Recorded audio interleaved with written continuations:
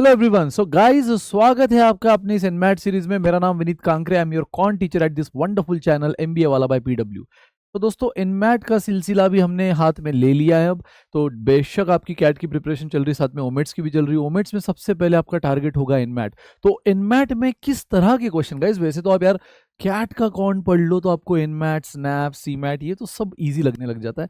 बस देख लेते हैं क्यों इजी लगने लग जाता है, क्वेश्चन की लेवल जान लेते हैं, सो दैट आपको भी कॉन्फिडेंस आ जाए कि हाँ यार इनमैट तो डुएबल है। तो यस, ये मेरा इनमैट पे आज का फर्स्ट सेशन है। बिना किसी देरी के शुरुआत करेंगे डायरेक्ट क्वेश्चन से। क्वेश्चन बोल रहा है, a toy store has cars, dolls and guns, cars, dolls and guns in the ratio 3:4:7। तो इस रेशो में उसके पास ये टॉयज है, कार्स है, डॉल्स है और गन्स है। Now the number of guns exceed the number of dolls by a quantity. Guys question किसकी बात कर रहा है? The number of guns exceed the number of dolls. तो यार आपको दिख ही रहा है ना, ये जो नंबर ऑफ गन्स है ये डॉल से ज्यादा है। अगर मैं रेशो का भी पार्ट देख लूं तो ये 4 है और ये 7 है। तो मेरे हिसाब से जो गन्स है वो डॉल्स के कंपैरिजन में कितने से ज्यादा है? 3 से, है ना। तो number of guns exceed the number of dolls by 3 as per my ratio, as per the given ratio. Exceed the number of dolls by quantity, but question के हिसाब से वो कितने के बराबर है? दैट इज एक क्वांटिटी के बराबर है, that is multiple of both 8 and 12। यार मेरे हिसाब से गन्स जो है वो डॉल से 3 से डिफर करती है। मतलब गन्स जो है वो एक्सीड कर रही है डॉल के कंपैरिजन में 3 से। बट क्वेश्चन बोल रहा है वो ऐसे क्वांटिटी से एक्सीड कर रही है जो 8 और 12 के मल्टीपल में। अब आप बोलोगे सर 8 और 12 के मल्टीपल में तो कई सारे वैल्यूज आती है ना। 8 और 12 के मल्टीपल में अगर मैं बात करूं तो 24 से शुरुआत होता है, फिर 24, देन अगेन आगे आप 48, 72, आगे ऐसी अनगिनत वैल्यूज बन सकती है। बट क्वेश्चन है बोला what is the minimum number of toys in the store. तो गाइज अगर आपको मिनिमम नंबर ऑफ टॉयज लेना है, आप जितना बड़ा मल्टीपल लोगे उतने नंबर ऑफ टॉयज बढ़ेंगे। वही अगर आपको क्वेश्चन है, सबसे इंपॉर्टेंट वर्ड ये है, अगर आपको उसने मिनिमम नंबर ऑफ टॉयज बोला है तो उसने बस एक क्वांटिटी बोल दी जो 8 और 12 के मल्टीपल में, वो कुछ भी हो सकता है ना यार। बट आपको अगर इस मिनिमम वर्ड को सेटिस्फाई करना है तो आपको सबसे मिनिमम पॉसिबल मल्टीपल लेना होगा 8 और 12 का, जो कि 24 है। और बस गाइज उसके आगे की प्रोसेस करेगा लॉर्ड यूनिटरी मेथड। मेरे हिसाब से जो गन्स है वो डॉल के कंपैरिजन में 3 से एक्सीड कर रही है, बट क्वेश्चन के हिसाब से वो एक ऐसे क्वांटिटी से एक्सीड कर रही है जो 8 और 12 के मल्टीपल में। बट अगर उसमें मुझे minimum possible number of toys चाहिए स्टोर के, तो मैं वो मल्टीपल लूंगा सबसे छोटा वाला। तो 100 बात की एक बात, मेरे हिसाब से जो गन्स है वो 3 से ज्यादा है एज कम्पेयर विद डॉल, जो क्वेश्चन के हिसाब से 24 है। तो 3 अगर 24 है तो उसने total number of toys in the store बोला है, वो भी मिनिमम। तो टोटल नंबर ऑफ टॉयज मेरे हिसाब से कितने हो गए गाइज? 14, है ना। तो अगर 3 24 के बराबर है तो 14 कितना? खत्म। ये देखो 3 का 8 टाइम्स है तो 14 का 8 टाइम्स ले लो। 14 का 8 टाइम्स कितना आता है? 112, है ना। या फिर आप यहाँ पे सिंपली क्रॉस मल्टीप्लीकेशन भी कर सकते हो कि 3 अगर 24 के बराबर है तो 14 is how much? Cross multiplication 3 into x, 3x is equal to 24 into 14, है ना। तो 3 उधर जाके डिवाइड कर लेगा तो फिर से वही बात बनी, 14 इंटू 8 112। ठीक है, तो आपकी मर्जी, आप चाहे तो पैटर्न को समझ लो, ये 3 का 8 टाइम्स है तो 14 का 8 टाइम्स हो गया 112। सो ये है minimum possible number of toys in the shop. Yes guys, minimum इसलिए बोल रहा हूं क्योंकि उसने गन्स जो है वो डॉल के कंपैरिजन में कितना ज्यादा है वो नहीं बोला है, राइट। उसने सिर्फ बोल दिया है कि एक ऐसे क्वांटिटी से ज्यादा है जो 8 और 12 के मल्टीपल में। तो सोचो अगर मैं 48 लेता तो अगेन सेम यूनिटरी मेथड, मेरे हिसाब से 3 है, गन जो है वो एक्सीड कर रहा है 3 से। मेरे हिसाब से जो क्वेश्चन के हिसाब से अगर 48 है तो guys then 14 is how much? तो देख लो ना यार, ये 3 का कितना टाइम्स हो गया? 16 टाइम्स हो गया। तो आपको 14 का भी 16 टाइम्स लेना होगा, तो वो हो जाएगा टोटल नंबर ऑफ टॉयज जो रेशो के अकॉर्डिंग 14 है उसका 16 टाइम्स मैं लूँ तो वो हो जाएगा टोटल। बट क्या वो टोटल मिनिमम होगी? नहीं गाइज, मिनिमम तो ऑलरेडी ये आ चुकी है ना। तो समझा क्यों मैंने वो मिनिमम मल्टीपल लिया? उससे मेरी टोटल मिनिमम होगी जो क्वेश्चन चाहता है। That's it guys, this is all about the first question. एकदम easy halwa, basic application of ratio का क्वेश्चन था। Come on guys, next question. In a book store the price of paperback books is 1/3 that of hard core books. दो type की books है यार, एक है hard core books, एक है पेपर बैक बुक्स। तो गाइस क्वेश्चन ने क्लियर बोल दिया कि पेपर बैक बुक्स की प्राइस क्या है? 1/3 of hard core hard cover book. तो गाइज मैं एज्यूम कर लेता हूँ हार्ड कवर बुक की प्राइस है ₹300 पर बुक। आपको समझ गया होगा कि मैंने 300 क्यों लिया। मतलब कोई भी वैल्यू लो, बट ऐसी वैल्यू लो जो 3 के मल्टीपल में, वैसे तो कुछ भी ले सकते हो बट 3 के मल्टीपल में लोगे तो उसका 1/3 लेना ईजी होगा ना, क्योंकि आपको जो पेपर बैक बुक है उसकी भी तो प्राइस लेनी, और वो क्या है 1/3 ऑफ हैंड कवर बुक। तो हैंड कवर बुक गाइज मैंने 300 ले लिया, हार्ड कवर बुक है ना, वो मैंने 300 ले लिया, तो उसका 1/3 कितना हुआ, उसका 1/3 हो गया 100 पर बुक। ये हो गया गाइज, मैंने क्या ले लिया, ये उनका परचेस प्राइस यानी कि कॉस्ट प्राइस। तो book store the price of ये बुक और वो बुक आपको दे दिया है। पेपर बैक बुक उस बुक स्टोर को कितने में पड़ी है, 1/3 ऑफ हार्ड कवर बुक। तो हार्ड कवर बुक मैंने 300 एज्यूम किया, लेट यानी एज्यूम पर बुक, और फिर पेपर बैक बुक हो गई हमारी 100 रुपए की एक book. Now the owner purchases 90 hard cover books. तो गाइज इसकी क्वांटिटी कितनी दे दी है क्वेश्चन ने, हार्ड कवर बुक की क्वांटिटी दे दी है 90। तो ये टोटल प्राइस कितनी हुई, 300 इंटू 90 27,000 एंड, तो 90 हार्ड कवर बुक उसने परचेस करी एंड 30 पेपर बैग बुक्स। तो इसकी 30 क्वांटिटी है, तो 30 इंटू 100 3000 बराबर 30 इंटू 100 90 इंटू 3000। तो यार ये कितना हो गया, ये हो गया आपका टोटल 27,000 3000 यानी 30,000। 30,000 हुई उसकी टोटल कॉस्ट, राइट। ये कॉस्ट की कहानी, क्योंकि उसने ये परचेस करी है। नो आगे बढ़ेंगे, अब ये उसने परचेस क्यों करी, पढ़ने के लिए थोड़ी करी यार, वो आपकी तरह पढ़ाकू थोड़ी है, वो तो ये बेचने के लिए कर रहा है। तो फाइनली क्वेश्चन ने आपको बोल दिया कि sells them all at a single price, और वो प्राइस क्या है, तो सेलिंग प्राइस अब पिक्चर में आ रही है बहुत जल्द, सेलिंग प्राइस पर बुक, और सबको सेम प्राइस में बेचा है, सबको एक सिंगल प्राइस में बेचा है। उसने then sells all of them at a single price, सबकी प्राइस, ऐसा नहीं कि ये महंगी है तो इसको ज़्यादा दाम में बेचा, ये सस्ती तो इसको कम दाम में, नहीं, लाया भले उसने अलग अलग प्राइस में बट बेचते समय उसने सेम प्राइस में बेचा है, और वो प्राइस है 20% less than the price he paid for the hard cover book. Hard cover book के लिए वो जो प्राइस पे कर रहा है ना उससे 20% लेस। तो गाइज इसका 20% कितना होता है, 60। ये तो आपको पता ही है, किसी भी नंबर का 10% यानी एक डिजिट के पहले डेसिमल।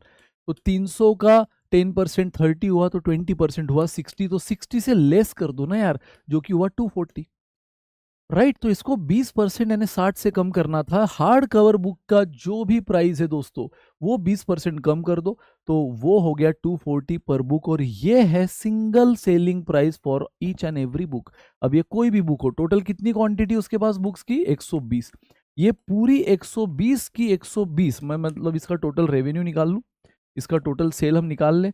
टोटल सेल हम कैसे निकालेंगे गाइज, एक बुक वो बेच रहा है 240 की, ऐसे 120 बुक है, सो ये हो गया गाइज, ये हो गया आपके लिए टोटल सेल। अब आप ही बता दो यार, टोटल कॉस्ट उसकी ये थी, टोटल सेल उसकी ये है, मतलब बंदा 30,000 का खर्चा करके 28,800 ही रिकवर कर पाया, मतलब वो लॉस में है। ये तो बच्चा बच्चा जानता है कि सेल अगर आपका छोटा आता है, लेस आता है देन कॉस्ट, देखो सेल जो है वो कॉस्ट से कम आया, टोटल सेल जो है टोटल कॉस्ट से कम आया, तो बंदा लॉस में है।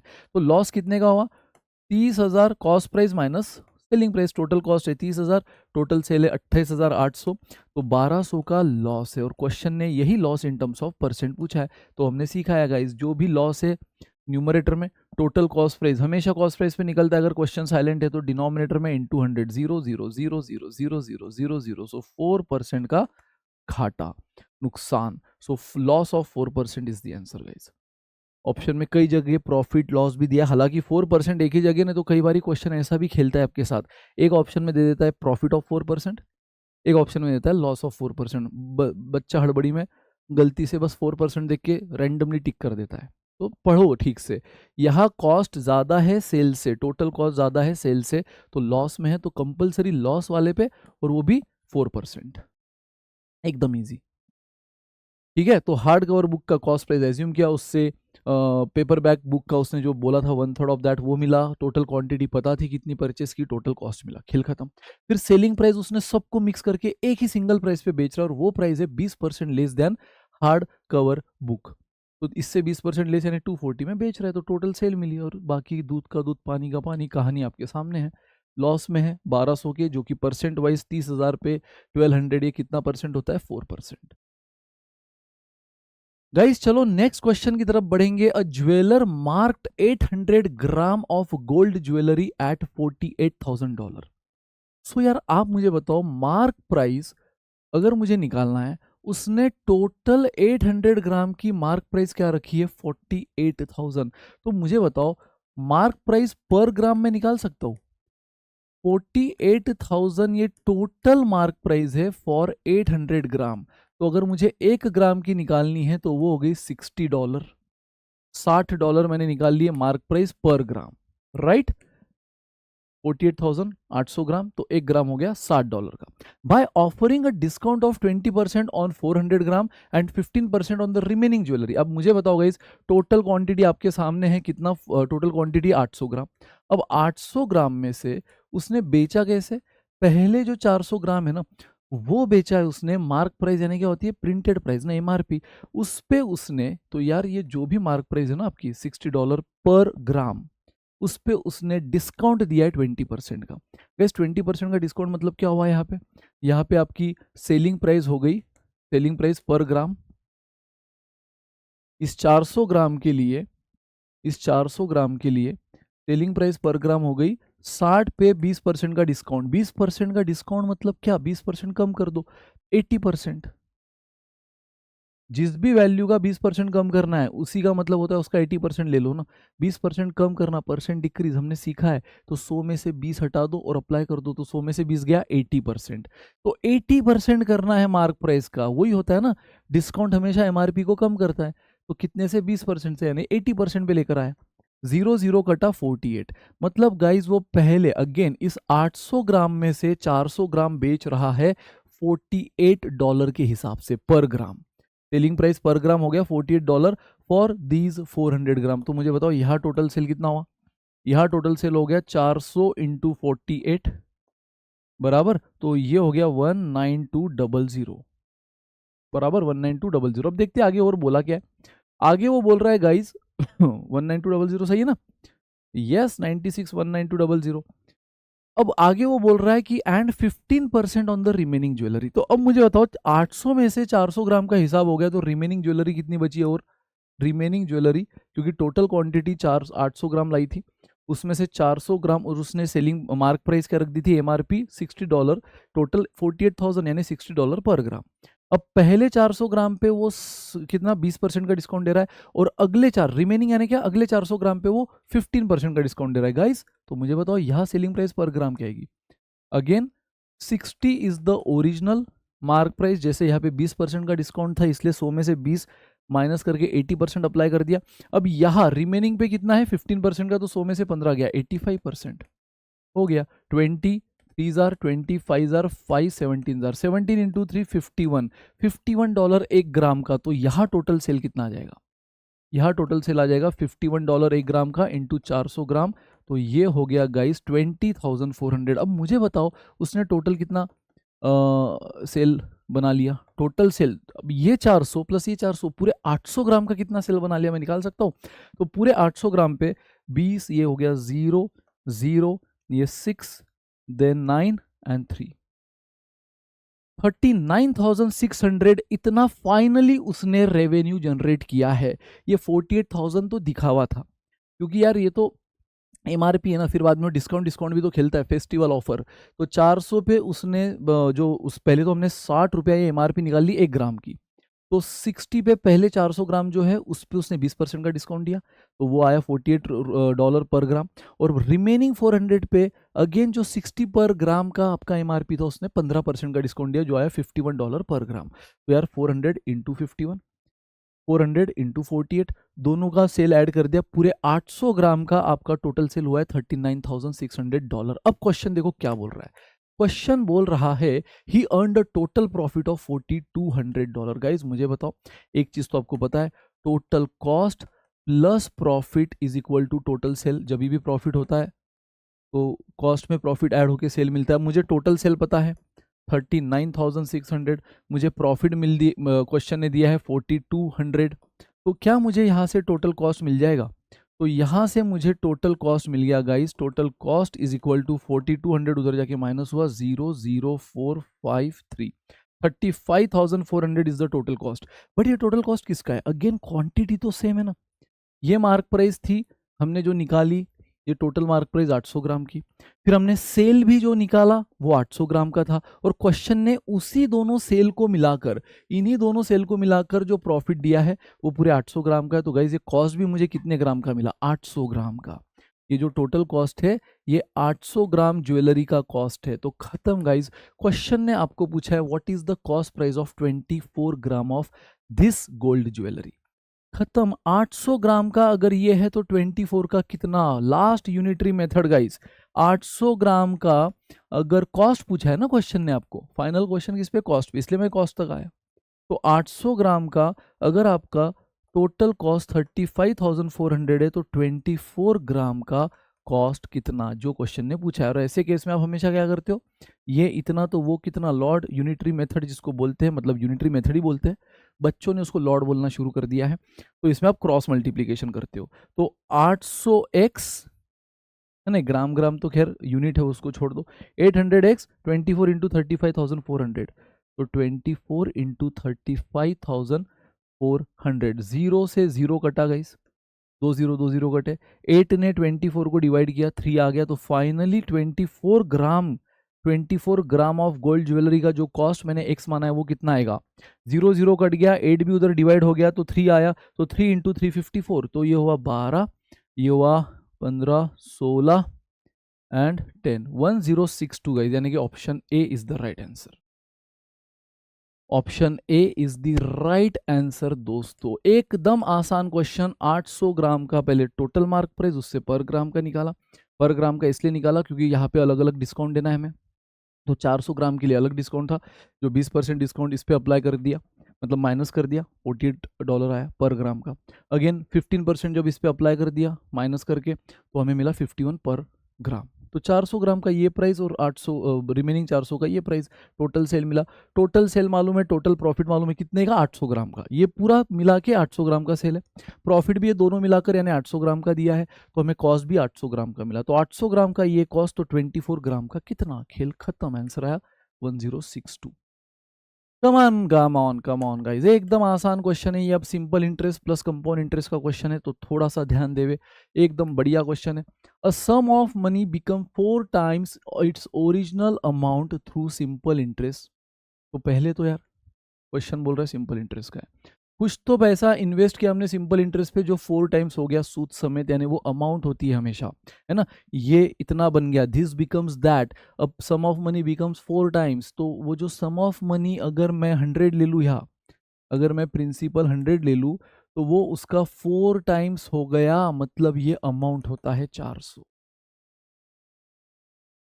ठीक है, दिस बिकम्स दैट हमेशा क्या होता है, दिस यानी प्रिंसिपल, बिकम्स दैट, दैट यानी होता है अमाउंट। तो गाइज इन दोनों के डिफरेंस अगेन आपको पता है कि simple interest is equal to amount minus principal, तो 400 में से 100 गया, 300 मिला सिंपल इंटरेस्ट।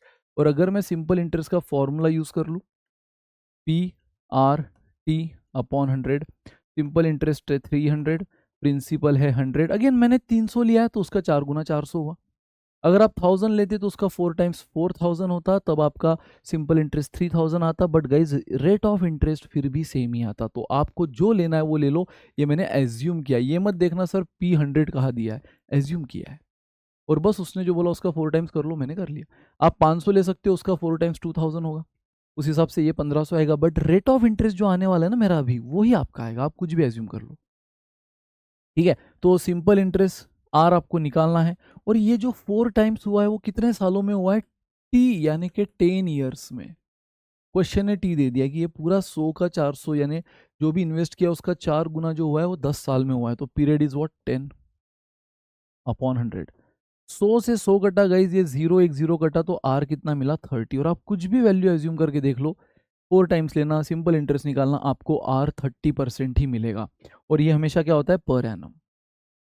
ये जो होता है ना 30, वो पर एनम होता है, परसेंट में होता है हमेशा रेट ऑफ इंटरेस्ट जो पर एनम है। चलो गाइस यहां तक तो हम आ गए। अब क्वेश्चन बोल रहा है एट द सेम रेट, यानी सेम रेट मतलब क्या? 30% पर एनम। जो हम इसलिए तो यहां तक निकाला हमने, यहाँ तक इसलिए हमने निकाला क्योंकि वही हमें अगले कंडीशन में यूज करना है। तो एट द सेम रेट यानी 30% पर annum, how long will it take in the nearest year. हो सकता है कि एग्जैक्ट ईयर ना आए, तो आपको नियरेस्ट फॉर्म में ले लेना है। So how long will it take in the nearest year for a principal of ₹5 lakh. अगर मैं 5 लाख रुपया इन्वेस्ट करूं तो कितने सालों में 30% पर एनम रेट से कंपाउंडेड एन्युअली, मतलब देखो ये अब यहाँ से कंपाउंड इंटरेस्ट बन गया, फर्स्ट कंडीशन सिंपल की थी, अब यहाँ से वो कंपाउंड बन गया।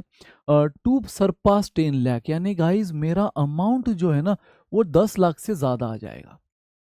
मेरा अमाउंट जो है वो 10 लाख से ज़्यादा आ जाएगा इन हाउ मेनी ईयर्स, वो भी अब नियरेस्ट भी नहीं उसने बोला है, how long will it take in integer years, मतलब आंसर हमें इंटीजर फॉर्म में ही देना है क्योंकि देखो ऑप्शन सारे इंटीजर फॉर्म में। और ऐसा भी नहीं ना कि उसने हमें 5 लाख का 10 लाख बोला है, उसने बोला है इट शुड, क्या बोला है, सरपास 10 लाख, यानी 10 लाख को क्रॉस कर देना चाहिए। अब 10 लाख को क्रॉस कौन से साल में वो कर रहा है, फॉर द फर्स्ट टाइम, पहली बार, क्योंकि एक बार उसने 10 लाख से ज़्यादा देना शुरू किया, यार इन्वेस्टमेंट है ना, पहले कुछ देगा कुछ देगा कुछ देगा, एक मोमेंट ऐसा आएगा कि 10 लाख से ज़्यादा हो गया, और एक बार वो 10 लाख से ज़्यादा हो गया तो हर अगले साल फिर वो 10 से ज़्यादा ही चलते रहेगा ना यार। अमाउंट एक बार 10 लाख को क्रॉस कर गया, सरपास कर गया, तो 10 से ज़्यादा ही रहेगा। तो क्वेश्चन बोल रहा है पहली बार ऐसे कौन से साल में हुआ, पहली बार ऐसे कौन से साल में हुआ इन इंटीजर ईयर्स। तो यार एकदम हलवा क्वेश्चन है। मुझे बताओ, प्रिंसिपल 5 लाख है, पहले आप 30% कंपाउंड इंटरेस्ट में, आपको पता है जो रेट ऑफ इंटरेस्ट है वो लेटेस्ट अमाउंट पे अप्लाई होते रहता है, तो और वो भी एनुअली बोला है, तो यार ये तो वर्बली कर लो। 30% 5 लाख का कितना होता है, 1.5 लाख। अगर मैं 1.5 लाख ऐड कर लूँ तो फर्स्ट ईयर का अमाउंट बन गया 6,50,000। कितना बना, 6,50,000। तो गाइस कंपाउंड इंटरेस्ट में आपको पता है, अब सेकंड ईयर का जो रेट ऑफ इंटरेस्ट है वो इस पे अप्लाई होगा, तो सेकंड ईयर का रेट ऑफ इंटरेस्ट अगर इस पे अप्लाई हो गया तो ये कितना बन जाएगा गाइज, ये बन जाएगा आपका ये बन गया आपका, देख लो, 0, 0, 0, देन 15, 18, 19 बराबर, सो 1,95,000, 1,95,000। तो इतने से ऐड हो जाए, ये तो इंटरेस्ट है ना। तो आपको पता है कि जो भी लेटेस्ट अमाउंट है, जैसे कि प्रिंसिपल पे फर्स्ट ईयर का रेट ऑफ इंटरेस्ट अप्लाई हुआ, आपको फर्स्ट ईयर का अमाउंट मिला, अब फर्स्ट ईयर के अमाउंट पे सेकंड ईयर का इंटरेस्ट अप्लाई होगा, फिर वो उसमें ऐड होके आपको सेकंड ईयर का अमाउंट मिलेगा, और ये आपको तब तक करते जाना है जिस साल में आप 10 लाख को सरपास ना कर जाओ, यानी क्रॉस ना कर जाओ, यानी आपका अमाउंट 10 लाख से ज्यादा ना आ जाए। बस जिस भी साल में वो हुआ वो टी हमारा हो जाएगा। इन द इंटीजर फॉर्म बोला है आपको, तो कौन से साल में, और बस वहां पे रुक जाना है फॉर द फर्स्ट टाइम। क्योंकि एक बार आपको अमाउंट 10 लाख से ज़्यादा आ गया, फिर जैसे देखो ये बढ़ते जा रहा है ना, 5 लाख का कितना हुआ है, ये 5 लाख का ये 6,50,000 हुआ है, अब ये और ऐड होते जाएगा तो बढ़ते जाएगा ना वो, तो पहली बार कब जा रहा है 10 लाख से ज़्यादा वो देखना है। तो गाइज ये आपका हो चुका है कितना, 1,95,000 ऐड करने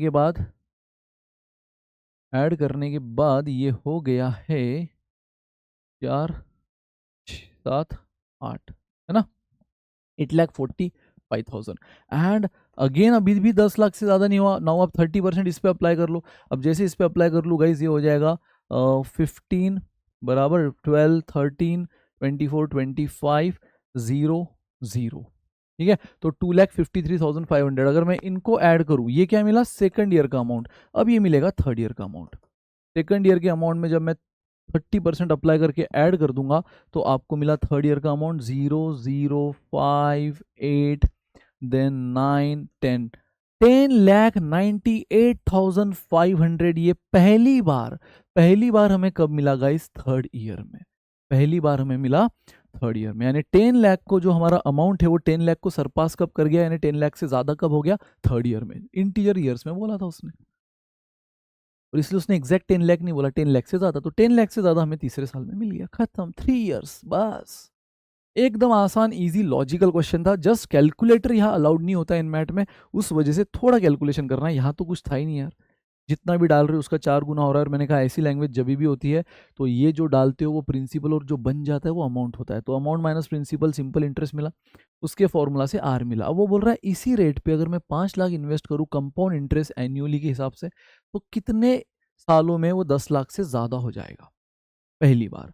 तो बस 5 लाख पे कंपाउंड इंटरेस्ट का बस फंडा पता चाहिए कि रेट ऑफ इंटरेस्ट जो होता है वो नियरेस्ट, वो आपके लेटेस्ट अमाउंट पे अप्लाई होता है, पहला प्रिंसिपल पे अप्लाई हुआ, इतना ऐड करके फर्स्ट ईयर का अमाउंट, फिर 30% जो सेकंड ईयर का है वो इस पे अप्लाई होगा, है ना, फिर जो आया 1,95,000 ऐड करके ये मिला अमाउंट, फिर अगला 30% इस पर सेकंड ईयर के अमाउंट पे अप्लाई होगा, जो भी आया ऐड करके ये मिला थर्ड ईयर का अमाउंट। और गाइज यही है वो अमाउंट जो आपको बोला गया था कि 10 लाख से ज़्यादा पहली बार कब हो रहा है, थर्ड ईयर, इस 3 साल के बाद, after 3 year. So 3 is the answer guys. चलो अब ये ज्योमेट्री वाला क्वेश्चन बड़ा इजी आसान question. In an triangle ABC, ये triangle ABC basic basic property अगर पता है आपको ट्रायंगल ज्योमेट्री की तो इजी हो जाता है। इन an triangle ABC D is the point on BC, तो चलो मैं नाम दे दूं ए बी डी, वो बोल रहा है कोई तो पॉइंट है बीसी पे ले लिया। Such that A B into C D, वो बोल रहा है A B into C D, A B into C D is equal to A C into B D, A C into B D. Guys देखो, सबसे पहले तो वो बोल रहा है A B into C D यहां तक is equal to A C into B D. अब मैं इसी को अगर थोड़ा सा अलग ढंग में लिख दूं ना, तो जिसको प्रॉपर्टी पता है उसको तुरंत दिमाग की बत्ती जल जाएगी। गाइस पता है मैं इसको कैसे लिख रहा हूं, ए बी, आपको पता है ए सी यहां मल्टीप्लाई कर रहा है, इसको इधर ले लेता हूं डिवाइड कर लेगी, एंड सी डी यहां मल्टीप्लाई कर रही है, उसको उधर ले लेता हूं डिवाइड कर लेगी बी डी को। गाइस और मुझे बताओ क्या आपको ये प्रॉपर्टी क्लिक हुई? A B upon A C is equal to B D upon C D, ये प्रॉपर्टी होती है एंगल बाइसेक्टर की। यस गाइज, जब भी आप किसी वर्टेक्स से अपोजिट साइड पे एक एंगल बाइसेक्टर निकालते हो, एंगल बाइसेक्टर मतलब क्या, जो एंगल को बाइसेक्ट करता है, मतलब ये अल्फा तो ये भी अल्फा, ये थीटा तो वो भी थीटा, तब ये प्रॉपर्टी अप्लाई होती है कि जिस भी वर्टेक्स से आपने एंगल बाइसेक्टर निकाला है उसकी दोनों एडजेसेंट साइड, यानी इस वर्टेक्स से निकलने वाली दोनों एडजेसेंट साइड क्या है, ए बी ए सी, उनका रेशो ये इस BC के जो दो टुकड़े हुए हैं इस एंगल बाइसेक्टर की वजह से, इस AD की वजह से, दो टुकड़े कौन से हुए हैं, BD और CD, उनके रेशो के बराबर होता है। अगर आप ऊपर न्यूमरेटर में AB ले रहे हो तो दूसरे साइड के न्यूमरेटर में उसकी एडजेसेंट साइड आनी चाहिए। डिनोमिनेटर में अगर AC ले रहे हो तो उसके दूसरे साइड के डिनोमिनेटर में उसकी एडजेसेंट साइड आनी चाहिए, यानी कि CD। अगर आप इसको ऐसे लिख रहे होते गाइज, AC अपॉन AB, मतलब आप पहले ए सी लेते तो फिर उसकी एडजेसेंट साइड सी डी उधर न्यूमरेटर में आ जाती, और अगर आप डिनोमिनेटर में ए बी लेते तो इसके एडजेसेंट साइड जो है बी डी वो डिनोमिनेटर में आ जाती, यानी इसका रेसिप्रोकल, दोनों साइड का रेसिप्रोकल। बस ये प्रॉपर्टी अगर आपको पता है तो ये क्वेश्चन अब बन गया हलवा, क्योंकि उसने हमें जो दिया था ना, ये बस ये प्रूव करने उसने हमें दिया था कि एडी इज एंगल बाइसेक्टर। ये जो है ना एडी, ये एंगल बाइसेक्टर है, क्योंकि उसने जो हमें दिया है ना, ये तभी पॉसिबल है, उसी को मैंने रीमॉडिफाई किया, एसी को इधर डिवाइड कर दिया, सीडी को उधर डिवाइड कर लिया। गाइज ये तभी पॉसिबल है जब ये एडी कंपलसरी एंगल बाइसेक्टर है। हमने सारी प्रॉपर्टी सीखी, एंगल बाइसेक्टर की क्या होती है, मीडियन की क्या होती है, अल्टीट्यूड की, परपेंडिकुलर बाइसेक्टर की, इन सब की हमने प्रॉपर्टी सीखी है, राइट। तो गाइज हो गया, तो मैंने आपको बोल ही दिया कि अगर ये एंगल बाइसेक्टर है तो ये अल्फा, ये अल्फा। अब इसका काम खत्म, इसका काम खत्म, इससे हमें बस ये प्रूव करना था AD is the angle bisector. चलो अब उसने बोला एंगल एडीसी 75 एडीसी, ये उसने हमें 75 दे दिया है गाइस, ये उसने हमें 75 दे दिया। मुझे बताओ अगर ये 75 है तो ये कितना आएगा, 105, क्योंकि ये दोनों एडजेसेंट एंगल हुए, टोटल 180 आता है। Now D B A is 62, D B A ये 62 है। मुझे बताओ अगर मैं सिर्फ इतने वाले ट्रायंगल की बात करूँ, ये वाले ट्रायंगल की बात है ना, तो इसमें एक एंगल 105 है, एक 62 है, तो तीसरा एंगल मुझे मिल जाएगा। तो गाइज ये तीसरा एंगल कितना हो जाएगा बताओ, ये 105, ये 62, यानी कि ये हो गया 167, और 167 टोटल एंगल 180 होता, तो इट हैज़ टू बी 13, इसको 13 होना पड़ेगा, तब जाके 13 प्लस 62 प्लस 105 180 होगा। तो ये एंगल उसने हमें दिया था, ये उसका एडजेसेंट एंगल है, तो दोनों, ये पूरा एंगल 180 होता है ना यार, तो ये दोनों एंगल क्या बन जाते हैं, सप्लीमेंट्री, यानी दोनों का टोटल 180 होता है। तो 75 तो 105 हुआ।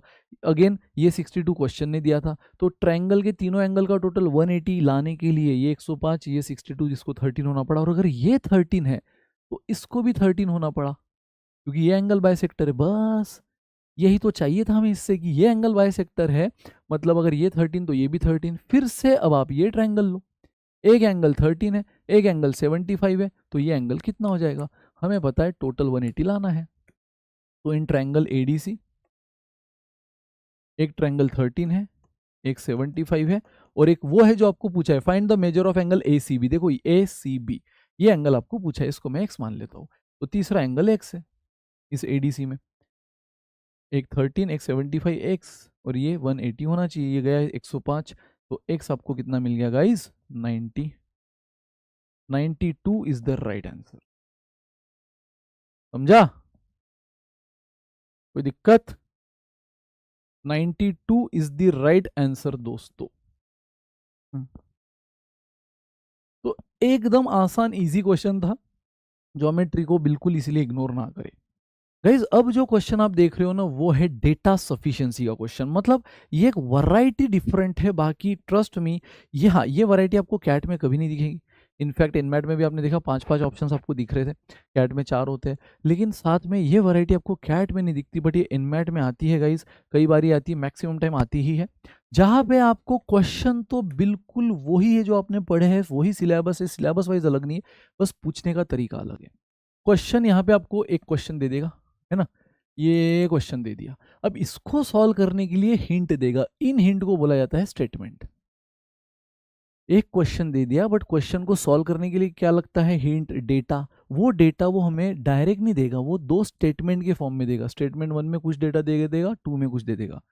हो सकता है कि वो पूरा क्वेश्चन सिर्फ स्टेटमेंट 1 के डेटा से सॉल्व हो जाए, या फिर हो सकता है कि वो पूरा क्वेश्चन सिर्फ स्टेटमेंट 2 के डेटा से सॉल्व हो जाए, या फिर हो सकता है कि दोनों से सेपरेट सेपरेट सिर्फ 1 से भी सॉल्व हो जाए एंड सिर्फ 2 से भी सॉल्व हो जाए, या फिर ऐसा भी हो सकता है दोनों के डेटा को अगर मैं क्लब भी कर दूं तो भी क्वेश्चन सॉल्व ही ना हो, फिर भी डेटा कुछ ना कुछ इनसफिशिएंट रह जाए। और एट एक्सट्रीम केस ऐसा भी हो सकता है कि दोनों के डेटा को ज्वाइन करके, सिंगल सिंगल से तो नहीं हो रहा था, लेकिन जैसे दोनों के डेटा को क्लब किया फिर सॉल्व हुआ, उसके अकॉर्डिंग आपको आंसर देना होता है। गाइज डेटा सफिशिएंसी के क्वेश्चन के ऑप्शंस जो होते हैं ना वो इस तरह नहीं होते 10, 15, 18 इस तरह वैल्यू फॉर्म में नहीं होते, वो इस तरह से होते हैं। तो देखो यहाँ पे मैंने आपको पहले ऑप्शन समझा रहा हूँ, क्वेश्चन क्या होता है वो अगली स्लाइड में बताऊंगा, बट उस क्वेश्चन में आंसर क्या टिक करना है, कौन सा ऑप्शन टिक करना है, ये रहे उसके ऑप्शंस। गाइज ये रहे उसके options, options for questions based on data sufficiency. तो डेटा सफिशिएंसी में जैसे मैंने कहा कि आपको एक क्वेश्चन दिया रहेगा और उस क्वेश्चन को सॉल्व करने के लिए 2 स्टेटमेंट दी रहेगी।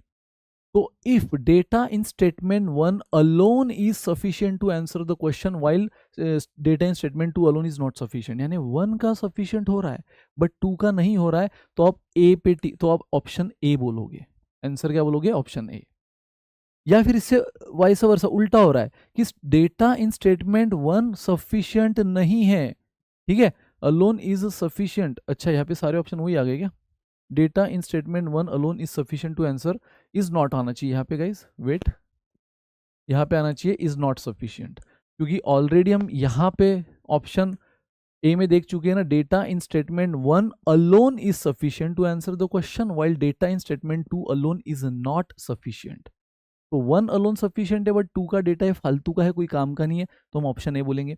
लेकिन अगर इससे उल्टा हो जाए कि 1 का डेटा, अच्छा यहाँ पे 2 लिखा है, ओहो माय बैड, सॉरी गाइज, यहाँ पे ऑलरेडी 2 लिख दिया है, माय बैड माय बैड, तो यहाँ पे ऑलरेडी 2 लिख दिया है कि data in statement 2 alone is sufficient, यानी उल्टा हो जाए 2 का डेटा सफिशिएंट है सॉल्व करने के लिए, लेकिन 1 का डेटा जबरदस्ती का है, 1 का डेटा कोई काम का नहीं, सो 2 का alone is sufficient to answer the question while data in statement 1 alone is not, तो आप बी बोलोगे।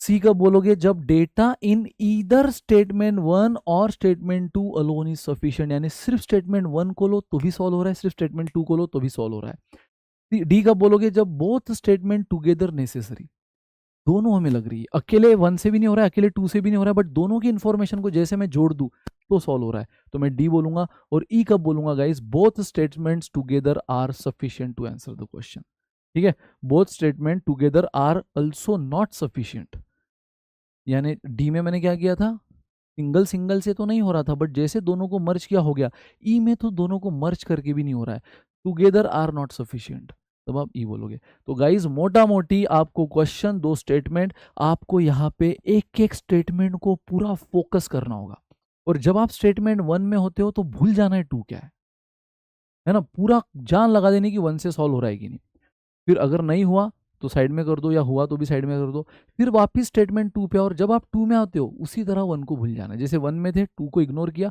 अब जब 2 में हो तो पूरी जान 2 के लिए लगाओ, 1 को भूल जाओ। बाय चांस अगर दोनों से हो ही नहीं रहा, 1 से हो गया बहुत अच्छा, या सिर्फ 2 से हो गया बहुत अच्छा, या दोनों से सेपरेटली सेपरेटली हो गया बहुत अच्छा, बाय चांस दोनों में अलग अलग जान लगाने के बाद भी सॉल्व ही नहीं हो रहा है, तो फिर दोनों को मर्ज करो और चेक करो हो रहा है क्या, अगर हो गया तो डी बोलो, और फिर भी दोनों को मर्ज करके भी नहीं हो रहा है, तो ई बोलो। चलो गाइस, अब ये क्वेश्चन की शुरुआत करेंगे इस एग्जाम्पल से। चलो, तो ये क्वेश्चन आपको बोल रहा है इन अपस्ट्रीम, अपस्ट्रीम डाउनस्ट्रीम पता है आपको। In upstream Mamta on a boat cover a certain distance at a speed of 20 kilometre per hour. तो गाइज ये तो बेसिक, देखो यहां से यहां तक बेसिक इंफॉर्मेशन है। पहले ये बेसिक इंफॉर्मेशन क्या बोल रही है वो सारी निकाल लो, फिर बाद में उसने हमें जो पूछा है उसको हम स्टेटमेंट वाइज टैकल करेंगे। पहले तो बेसिक इंफॉर्मेशन को थोड़ा सिंप्लीफाई कर लो, उससे जो जो डेटा मिल रहा है निकाल लो। तो ममता की अपस्ट्रीम की स्पीड, ये बेसिक है, ये जनरल डेटा होता है, ये जनरल डेटा, ये स्टेटमेंट 1 के लिए भी एप्लीकेबल होगा, ये स्टेटमेंट 2 के लिए भी एप्लीकेबल होगा। ठीक है, तो गाइज अब देखो, Mamta in upstream Mamta on a boat cover a certain distance at a speed of 20 kilometre per hour. तो ममता की अपस्ट्रीम की स्पीड दे दी है 20 किलोमीटर पर आवर, जो कि क्या होता है guys, S B minus S W, S B minus S W, ये आपको 20 दे दिया है। चलो, now if the ratio of speed of Mamta in still water, guys speed of Mamta in still water मतलब ही क्या होता है, एस बी, स्टिल वाटर की स्पीड हमेशा हम एस बी बोलते हैं, and the speed of stream, speed of stream को हम एस डब्ल्यू बोलते हैं। वो रेशियो आपको 7:3 दे दिया है। गाइस अब मुझे बताओ, मेरे हिसाब से यानी कि ये रेशियो जो दिया है उसके हिसाब से एस बी और एस डब्ल्यू का डिफरेंस कितना है।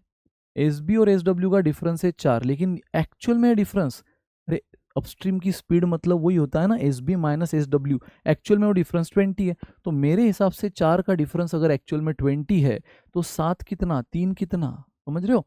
तो 4 अगर 20 है मतलब ये कितना टाइम्स हुआ, 5 टाइम्स। तो 7 कितना, तो 7 का भी 5 टाइम्स ले लो गाइस, 35।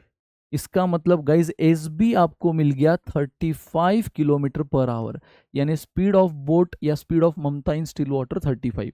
अगेन एस डब्ल्यू कितना है, 3, तो 3 इज हाउ मच, इंटू 5 ले लो, तो ये हो गया 15। तो बोट की स्पीड तो हमें मिल गई थी, अब पानी की स्पीड भी मिल गई है 15 किलोमीटर पर आवर। गाइज यहाँ तक जनरल डेटा है, यहाँ तक क्लियर हुआ। ममता की अपस्ट्रीम की स्पीड जो मेरे हिसाब से S B minus S W होती है वो 20 दी। फिर एस बी और एस डब्ल्यू, ममता की स्पीड इन स्टिल वाटर जो एस बी होती है और वाटर की स्पीड जो एस डब्ल्यू होती है वो आपको 7:3 दे दिया है।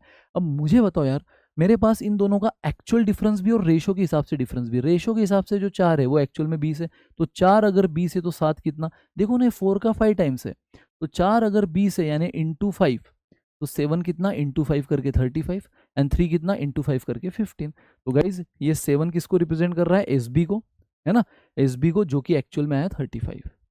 और ये 3 किसको रिप्रेजेंट कर रहा है, एस डब्ल्यू को, जो कि एक्चुअल में आया 15। तो गाइज मुझे एस बी और एस डब्ल्यू की डायरेक्ट वैल्यू मिल चुकी है, एस बी और एस डब्ल्यू की एक्चुअल वैल्यू मिल चुकी है, अभी तक बिना स्टेटमेंट पढ़े जनरल डेटा से। आगे देखेंगे, find the time taken to travel downstream to cover the same distance covered in upstream. Question बोल रहा है इस अपस्ट्रीम में उसने जितना भी डिस्टेंस कवर किया वही डिस्टेंस अगर वो डाउनस्ट्रीम में कवर करे तो उसको कितना टाइम लगेगा, यानी डाउनस्ट्रीम में सेम डिस्टेंस के लिए उसको टाइम पूछा। ये है हमारा मेन क्वेश्चन। अब आते हैं गाइस एक एक स्टेटमेंट पे, अब आते हैं एक एक स्टेटमेंट पे। और जब मैंने कहा ना, जब स्टेटमेंट 1 पढ़ रहे हो तो 2 को बिल्कुल भूलना है, इग्नोर करना है, फिर 1 से सॉल्व हो रहा है क्या देखना है।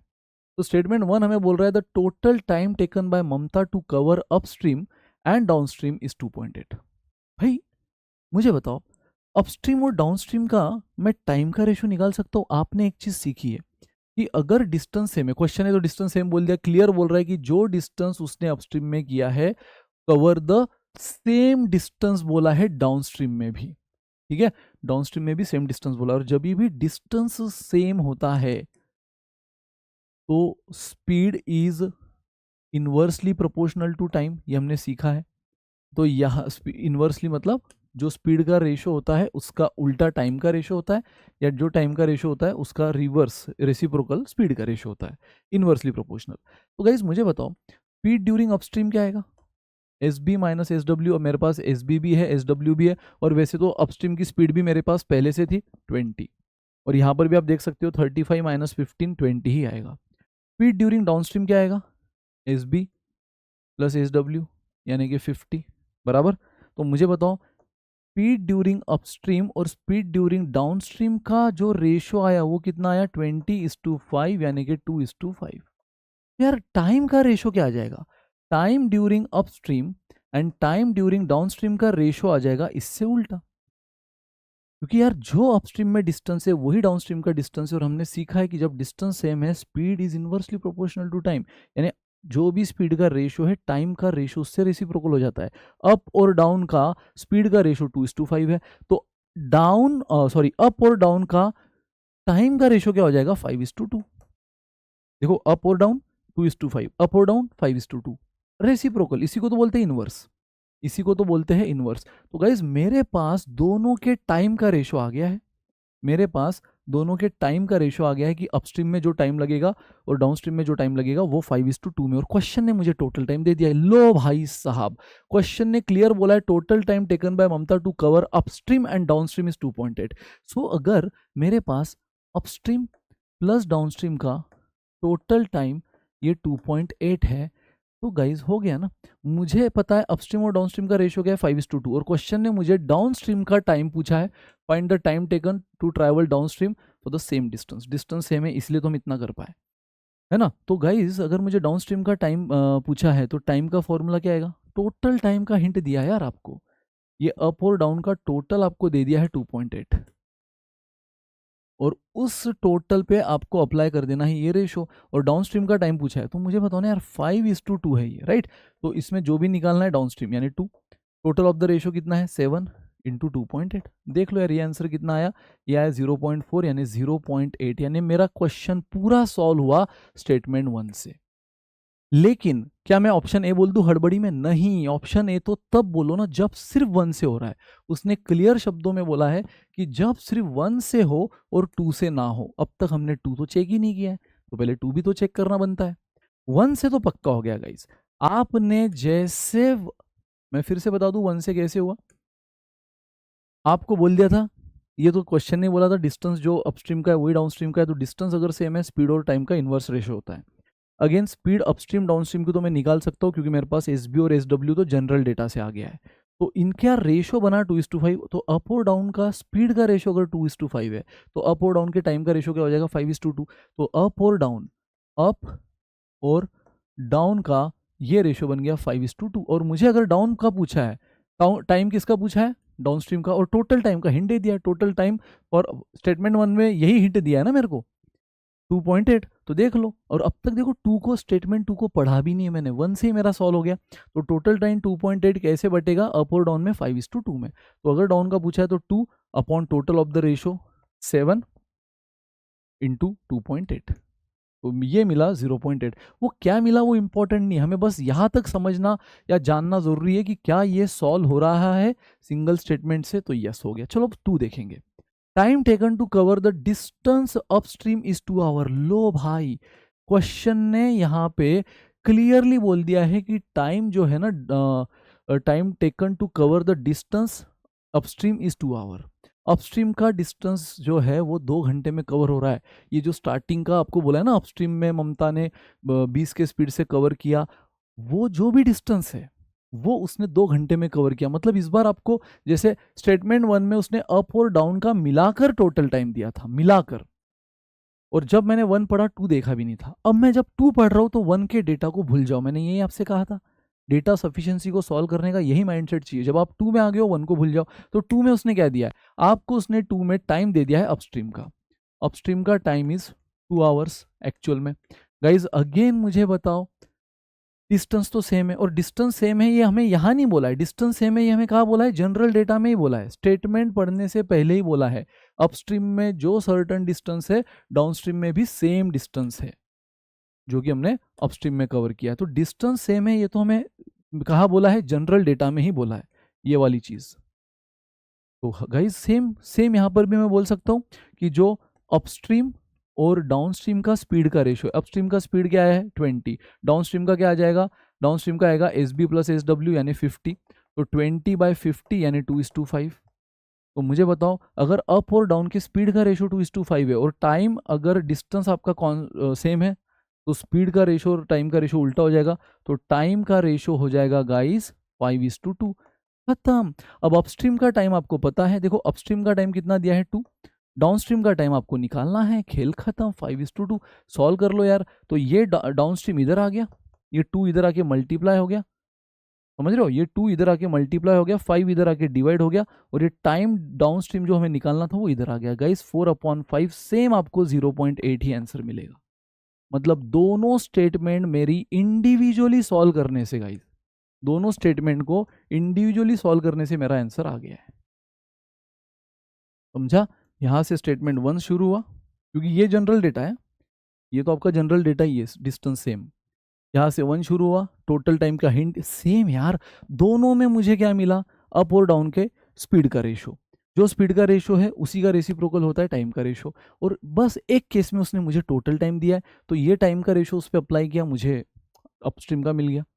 और यहाँ पे मुझे एक्चुअल डाउनस्ट्रीम का मिल गया, और यहाँ पे मुझे उसने एक्चुअल अपस्ट्रीम का टाइम दे दिया और डाउनस्ट्रीम का पूछा है।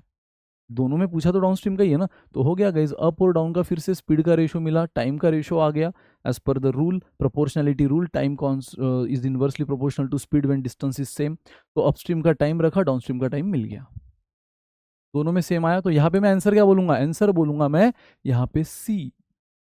सी is the right answer guys, जहां पे दोनों statement individually sufficient, in either statement 1, सिर्फ 1 को लो तो भी सॉल्व हो रहा है, या फिर सिर्फ 2 को लो तो भी सॉल्व हो रहा है। तो ऑप्शन इज व्हाट, सी। चलो guys, next question data sufficiency का देखते हैं। इस क्वेश्चन में if a is equal to 3c, ये अगेन जनरल डेटा क्वेश्चन ने आपको दिया है, a is equal to 3c, 2c is equal to 3b, ये तो आपको हर स्टेटमेंट में कंसिडर करना होगा, जनरल डेटा है। Then find the value of a square plus b square. एकदम आसान, अगेन जब मैंने बोला है कि जब आप स्टेटमेंट 1 में हो तो 2 को भूल जाओ, जब 2 में हो तो 1 को भूल जाओ। अब यहाँ वो बोल रहा है C cube is -1, guys C cube अगर -1 है तो हमें पता है कि -1 को मैं -1 का क्यूब भी लिख सकता हूँ। एलएचएस में क्यूब है तो आरएचएस में भी क्यूब लिख रहा हूँ, क्योंकि -1 का क्यूब -1 ही होता है। क्यूब क्यूब कटा सी आपको मिला -1। अगर सी आपको -1 मिला है तो using general data A is equal to 3 times of C है ना, a is equal to 3 times of C यानी 3 टाइम्स ऑफ -1, तो a -3 हुआ। अगेन गाइज 2c, ये तो हो गया पहला। अगेन दूसरा दिया है 2c is equal to 3b, तो अगेन 2 इंटू सी कितना है -1 अपॉन ये 3 इधर आके डिवाइड हो जाएगा, तो आपको b कितना मिला -2/3। ये लो भाई, अगर आपको a और b मिल चुका है दोस्तों, a और b मिल चुका है, तो क्या आप a square plus B square नहीं निकाल सकते? बिल्कुल निकाल सकते हो, बिल्कुल निकाल सकते हो, है ना। तो a square plus B square निकाल लो। हालांकि मैंने कहा ना जरूरत नहीं है निकालने की, तो बस प्रैक्टिस चल रही है इसलिए हम निकाल रहे हैं। बट एग्जाम में जब आपको दिख जाए कि यार ये तो पूरी तरह स्टेटमेंट सॉल्व कर रहा है क्वेश्चन को, तुरंत छोड़ देना, अगला स्टेटमेंट देखना।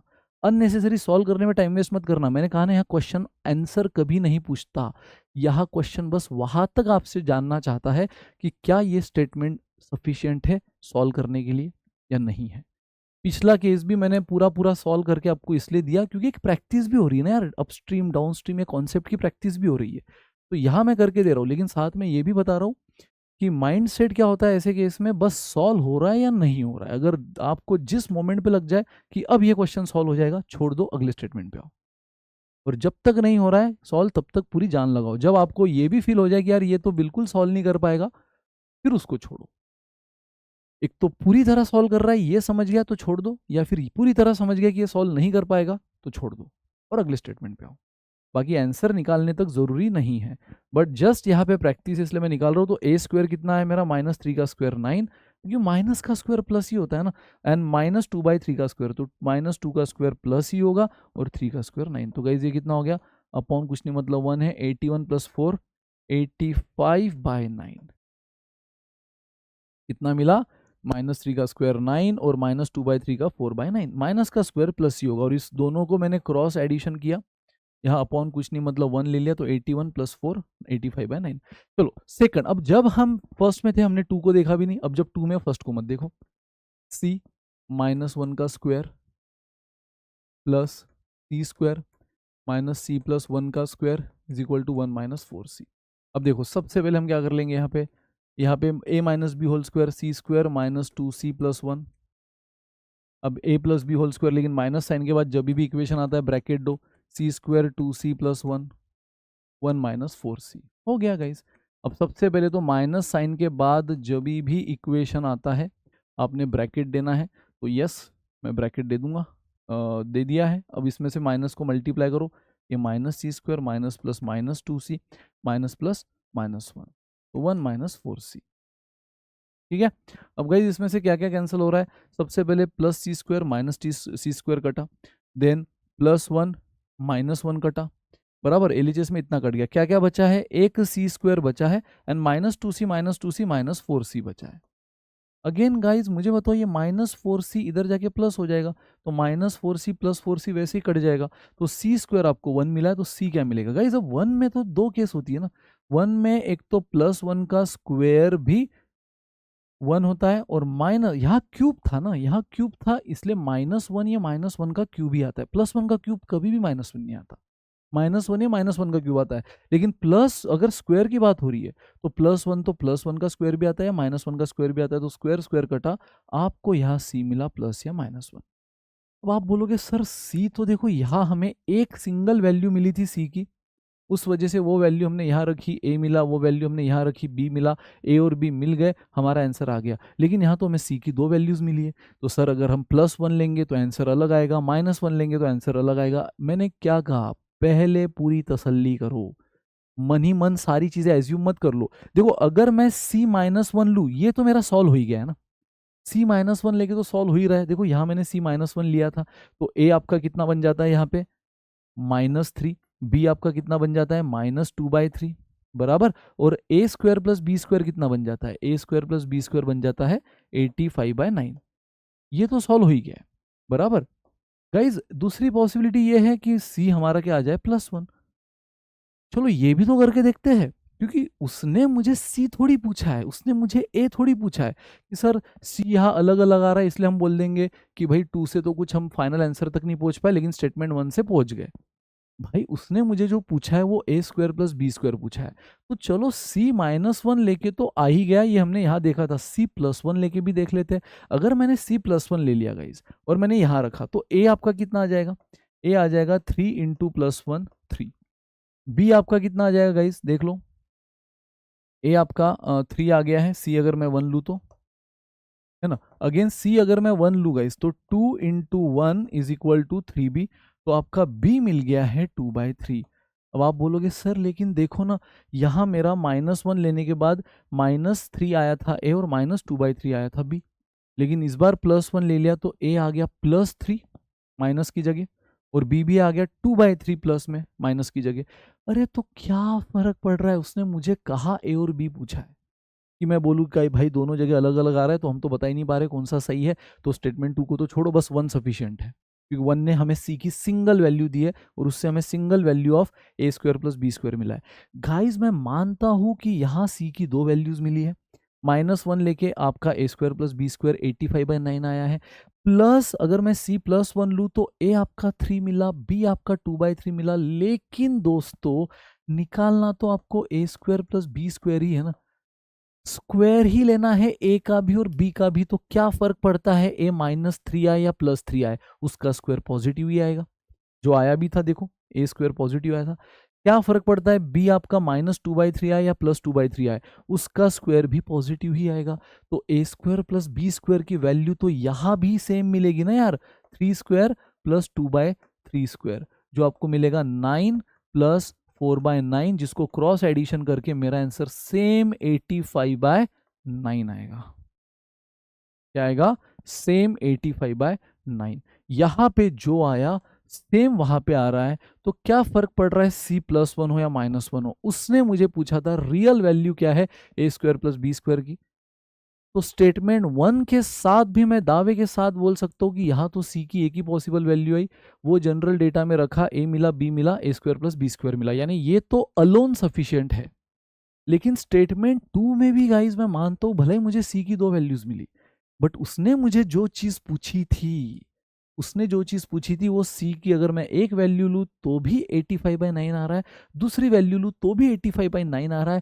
एट लास्ट वो मुझे बस पूछ रहा है ए स्क्वायर प्लस बी स्क्वायर क्या, तो मैं स्टेटमेंट 1 से भी जा रहा हूँ तो बोल रहा हूँ 85/9, स्टेटमेंट 2 से भी जा रहा हूँ तो बोल रहा हूँ 85/9। अगर C+1 लेके भी बोलूँ या -1 लेके भी बोलूँ स्टेटमेंट 2 के अकॉर्डिंग, तो मैं आंसर उसने जो पूछा है इसका तो मैं 85/9 ही बोल रहा हूँ ना, और किससे बोल रहा हूँ?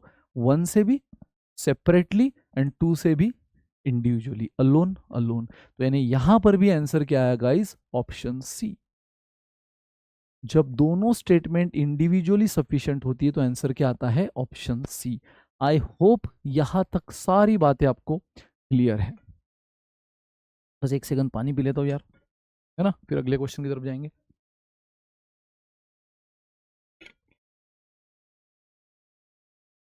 चलो, तो ये था डेटा सफिशिएंसी का क्वेश्चन। अब आते हैं वापस नॉर्मल क्वेश्चंस पे, है ना। तो आपने देखा ना गाइस, डेटा सफिशिएंसी में भी नॉर्मल मैथमेटिक्स ही है। ये आपका अपस्ट्रीम डाउनस्ट्रीम, ये आपका अलजेब्रा, क्या फर्क पड़ता है, सेम वही है, बस पूछने का स्टाइल अलग होता है, जो मैंने आपको पूरी तरह से चमका दिया।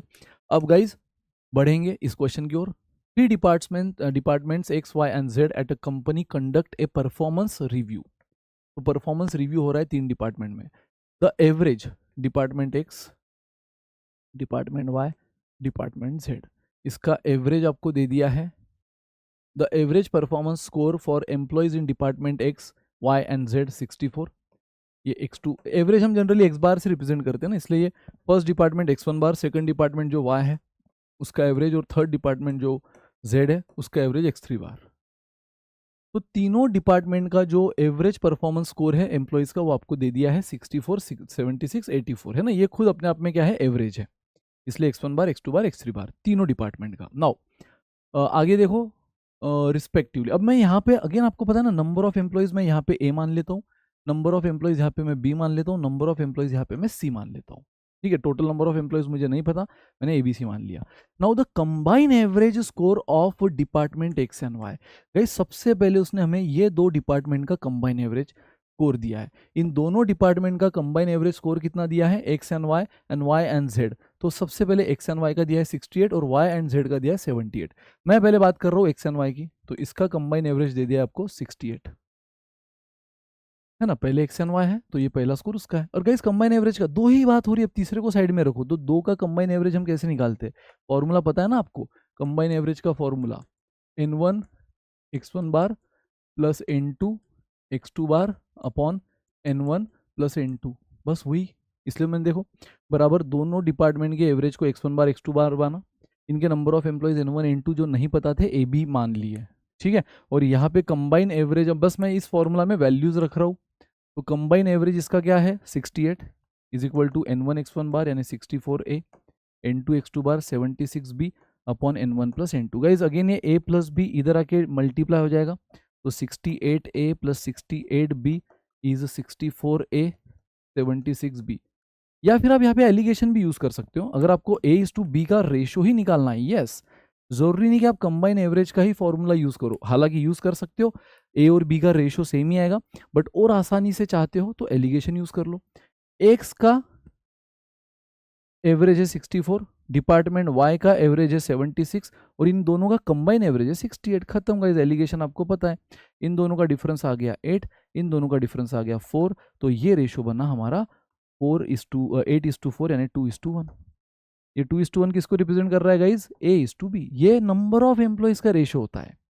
तो x के नीचे x के एम्प्लॉयज आएंगे जो मैंने a माना है, y के नीचे y के एम्प्लॉयज आएंगे जो मैंने b माना है, वो आया 2:1। चलो नेक्स्ट, आगे क्वेश्चन ने बोला है कि वही y और z, the combine average of y and z, the combine average of y and z दे दिया है आपको 78। फिर से गाइज यहाँ पे डिपार्टमेंट y, यहाँ डिपार्टमेंट z, y का एवरेज है 76, z का है 84 और इन दोनों का कंबाइन है 78। इन दोनों का डिफरेंस आया 2, इन दोनों का डिफरेंस आया 3। अगेन y के नंबर ऑफ एम्प्लॉयज कौन है, इन दोनों का डिफरेंस कितना 2 और इन दोनों का आया 6, सॉरी इन दोनों का आया 6, और इसी को अगर मैं सिंप्लीफाई करूँगा इस, तो ये आया 3:1। बट y में नंबर ऑफ एम्प्लॉयज b है और z में c है, तो ये है रेशो किसका है, b:c का है, b:c। खत्म दोस्तों। अब मुझे बताओ a:b आपको मिला है 2:1, b:c आपको मिला है 3:1, और आपको मालूम है ऐसे केस में बस आप क्या करते हो, वो बंदा जो दोनों में कॉमन है उसको इक्वल करते हो। तो यहाँ पे b3 है, यहाँ पे b1 है, तो यहाँ तो एज इट इज रखो ना यार, बस इस रेशो को क्या कर लो, इंटू 3 कर लो। जैसे इस रेशो को आप इंटू 3 कर लो तो ये 3 पूरे रेशो को करना होगा, ये 6 हो जाएगा। अगर आप पूरे रेशो को सेम कांस्टेंट से मल्टीप्लाई करते हो तो उससे वैल्यू नहीं बदलती, ठीक है। तो ये हो गया 6, ये हो गया 3, और यहाँ पे b:c एज इट इज ले रहा हूँ मैं, कुछ नहीं, मतलब यहाँ 1 है तो 3 से मल्टीप्लाई किया, या 3 है तो 1 से मल्टीप्लाई किया। 1 से क्या मतलब कुछ नहीं किया। और अब देखो बी जो दोनों में सेम है उसको सेम करना होता है, तो दोनों में सेम बी है उसको सेम करना होता है, यहाँ नहीं था इसलिए मैंने 1 और 3 का मल्टीपल 3 है। इन शॉर्ट जहाँ 1 है उस पूरे रेशो को, जो भी करना है पूरे रेशो को 3 से, और जहाँ 3 है उस पूरे रेशो को 1 से मल्टीप्लाई किया। तो A is to B is to C मिला। गाइज जब B3 होता है, देखो दोनों जगह B3 हो गया ना, तो जब B3 होता है A होता है 6, और जब B3 होता है C होता है 1। फिनिश। तो इससे गाइज अब मुझे A B C की वैल्यू 6:3:1 में आपको जो एज्यूम करनी कर लो। और क्वेश्चन ने फाइनली आपको क्या पूछा है, then the overall average performance score of all the 3 department. अब आपको ये फॉर्मूला लेना होगा, बट अब ये फॉर्मूला आपको थोड़ा एक्सटेंड करना होगा, क्योंकि तीनों डिपार्टमेंट का दो के केस में आप चाहे तो ये फॉर्मूला लेते तभी N1 N2 का यानी A और B का रेशो यही आता, बट थोड़ा सा टाइम कंज्यूमिंग हो जाता, एलिगेशन से फटाफट आ गया। लेकिन 3 के केस में अब आपको कंबाइन एवरेज लेना ही पड़ेगा, क्योंकि यह तीनों डिपार्टमेंट का मिलाकर है ना, तीनों डिपार्टमेंट का मिलाकर आपको क्या पूछा है, तीनों डिपार्टमेंट का मिलाकर आपको पूछा गया है combine average, overall average. So overall average performance of all the 3 department together. तो ये फॉर्मूला में देखो अब N1 X1 बार मेरे पास, X1 बार X2 बार X3 बार तो है, N1 N2 N3 जो मैंने ABC लिया था वो 6:3:1 आ गया है सर। लेकिन ये तो रेशो के फॉर्म में, भाई ट्रस्ट मी, आप 6:3:1 लो, या आप इस रेशो को सेटिस्फाई करते हुए कोई भी वैल्यू लो, जैसे इसका 2 टाइम्स 12 6 और 2 लो, इसका 10 टाइम्स 60 30 10 लो, फिर भी मेरा आपका फाइनल आंसर सेम आएगा। या फिर आप चाहे तो इसको 6p 3p 1p यानी वेरिएबल फॉर्म में भी ले लो ABC को, तो भी p कट के आंसर वही आएगा। ठीक है, तो गाइज अब मैं सिंपली A को 6, B को 3 और C को 1 लेता हूँ, और आप अभी के अभी 60 30 और 10 लेके देखो, फिर भी देखना आंसर सेम आता है कि नहीं। तो चलो guys N1 X1 combine average is equal to, direct value रख रहा हूँ मैं, N1 कितना है मेरा, N1 मतलब ही कितना A, N1 यानी A, N2 यानी B और N3 यानी, तो N1 यानी 6 इंटू 64 प्लस N2 X2 बार 3 इंटू 76 प्लस N3 X3 बार 1 into 84 upon N1 plus N2 plus N3 यानी कि 6 प्लस 3 प्लस 1, तो 624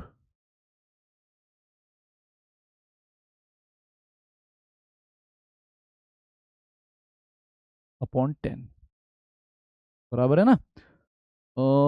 यस, यह तो बराबर है 18 20 करेक्ट है। नाउ चलो ऐड कर लो, 8 और 4 12 16 एंड 8 10 11 8 19 एंड 6 अपॉन 10, तो 69.6 गाइस, इतना आंसर आया 69.6। 4 8 12 16, यस 8 और 10 11 और 8 19 9 1 करेक्ट है 69.6, option D. D is the right answer guys, D ही है राइट चॉइस का। सो गाइज दैट्स इट, पढ़ते रहो यार। ये देखो अगेन आज के सेशन में आपने वो जो भी वैरायटी देखी है, लैंग्वेज भले ही आपको लग रही होगी सर ऐसे क्वेश्चन कैट में नहीं देखे, हालांकि नहीं देखे ऐसा हो नहीं सकता, देखे होगे थोड़ा बहुत हटके, थोड़ा बहुत लेवल ऑफ डिफिकल्टी को बढ़ते हुए देखा होगा। इनफैक्ट यहाँ तो आपने जो देखा काफी आसान लगा होगा कैट अगर पढ़ लिया है तो। यस, लेकिन हो सकता है आप में से कई स्टूडेंट ऐसे होंगे जिन्होंने शायद एनमैट से ही शुरुआत करी है अपने एमबीए जर्नी की, कैट देने ही ना वाले हो। तो इसलिए मैंने गाइस जहाँ जहाँ बेसिक आया ना मैंने बताया।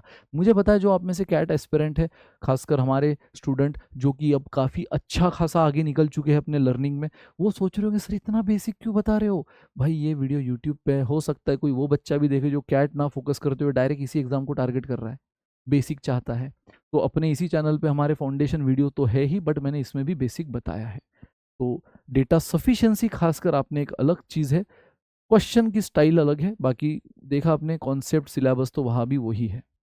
तो this is all about this session guys, first session. लेकिन यस सेकंड सेशन अब हम देखेंगे और भी बढ़िया बढ़िया क्वेश्चंस आने वाले दिनों में। थैंक यू सो मच, पढ़ते रहो, all the best, do well.